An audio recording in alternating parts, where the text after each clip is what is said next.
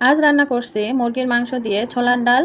প্রথমে কড়াইতে তেল দিয়ে পেঁয়াজ, রসুন, আদা হালকা নাড়াচাড়া করে নেব। এবার এতে পরিমাণ মতো লবণ, হলুদ আর লঙ্কা গুঁড়া দিয়ে সামান্য জল দিয়ে দেব। মশলাটা খুব ভালো করে কষিয়ে নিতে হবে। মশলা থেকে তেল ছেড়ে এলে ধুয়ে রাখা মাংস দিয়ে দেব। মাংসের সাথে মশলাটা বেশ কিছুক্ষণ কষিয়ে নেওয়ার পর আগে থেকে সেদ্ধ করে রাখা ছোলার ডাল দিয়ে ভালো করে মিশিয়ে নেব। এবার ঝোলের জন্য পরিমাণ মতো জল দিয়ে দেব। অন্যদিকে জিরে, ডালচিনি, লবঙ্গ, এলাচ আর গোলমরিচ শুকনো খোলায় ভেজে সুন্দর করে বেটে নেব।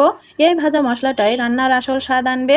অন্য একটা পাত্রে তেল গরম করে জিরে, পাঁচফোড়ন আর তেজপাতা ফোড়ন দিয়ে তাতে পেঁয়াজ, রসুন কুচি লাল লাল করে ভেজে নেব।